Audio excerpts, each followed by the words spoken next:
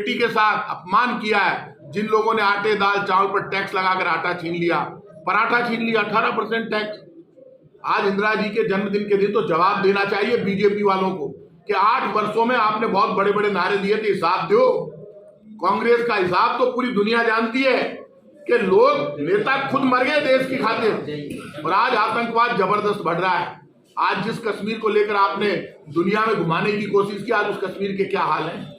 तो इंदिरा जी की जयंती के दिन एक ही संकल्प है, कांग्रेस का एक एक कार्यकर्ता राहुल गांधी के नेतृत्व में अपना खून पसीना बहा देगा, लेकिन किसी भी कीमत पर बीजेपी की जुल्म की, टकराव की और देश विरोधी पॉलिटिक्स जो बीजेपी कर रही है, देश को दंगों में धकेलना चाहती है, लड़ाना चाहती है। हिंदू मुसलमान लड़ता रहे और महंगाई पर ध्यान नहीं दे। ठीक है, इन्होंने अभी देखी है कि आप तो पूंजीपति दोस्तों को फायदा पहुंचा रहे हैं, पूंजीपतियों को फायदा होना चाहिए, और उनके टैक्स 10 लाख करोड़ रुपए के टैक्स के कर्जे माफ कर दिए पूंजीपतियों को। तब निकलेगी कि अभी डोटासरा जी कह रहे थे कि पूरे हमारा संकल्प एक है कि नंबर 1 रीड राजस्थान में साथ चलेगी, और राजस्थान इंतजार कर रहा है राहुल गांधी के स्वागत की।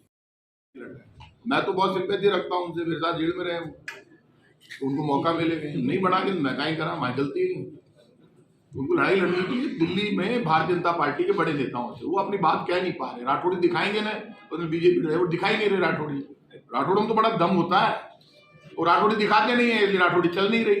राठौड़ी, मेरी माँ राठौड़ है, वो राठौड़ी दिखाती है, मुझे कहते अरे तू वापस आ, मैं जाता हूँ। मैं हाँ बताओ, मेरे फादर भी राठौड़ी मानते। भारत जोड़ो यात्रा 3-4 तारीख के लगभग आने वाली है, राहुल गांधी जी के नेतृत्व में जो चल रही है वो ऐतिहासिक है। राजस्थान में कल मुख्यमंत्री निवास के ऊपर सब लोगों ने हमने बैठक की है, और आज से यहाँ पर जो राजस्थान यात्री कौन होंगे उनकी, और उन जिलों में जहाँ से यात्रा आ रही है उसमें क्या व्यवस्थाएं करनी है, वहाँ कोई दिक्कत है क्या है, कार्यकर्ताओं को मोबिलाइज करना है।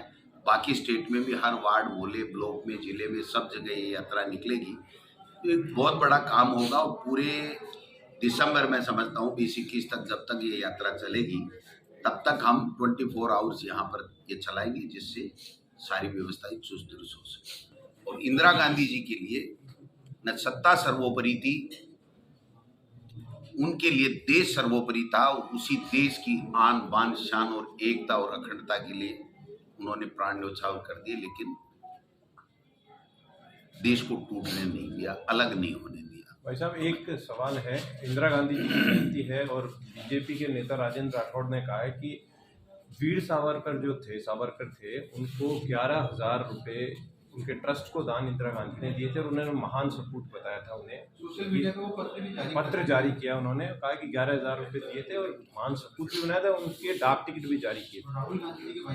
पहली बात तो देखिए, सावरकर वीर होते तो अंग्रेजों से माफी नहीं मांगते, 1 बार नहीं, 2 बार नहीं, 3 बार नहीं, 4 बार नहीं। दूसरी बात, इतिहास के जो पन्नों में दर्ज है, वो इतिहास के पन्नों में ये दर्ज है कि सावरकर जी ने माफी मांगी, अंग्रेजों को कहा मैं आपके काम आऊंगा, आप मुझे पेंशन दीजिए, जेल से रिहा कीजिए, और 1 बार नहीं, 3-3, 4-4 बार ये इतिहास के पन्नों में दर्ज है। कोई स्टेटमेंट दे, कोई कुछ भी कहे, पर राहुल गांधी की यात्रा को रोकने की किसी की हिम्मत नहीं है।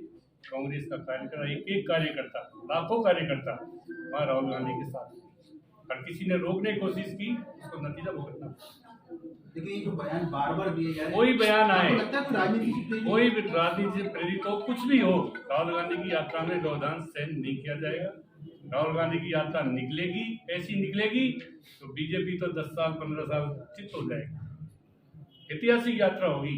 कभी देखा इतना कोई नेता चला है पैदल? कन्याकुमारी से कश्मीर तक कोई चला है कि कोई नेता अब तक? 3500 किलोमीटर पैदल चल रहे हैं, हिम्मत है किसी दूसरे में? ऐतिहासिक यात्रा होगी, राहुल गांधी देश के नेता होंगे, और ये वही परिवर्तन की यात्रा है। देख लीजिए क्या दुर्गति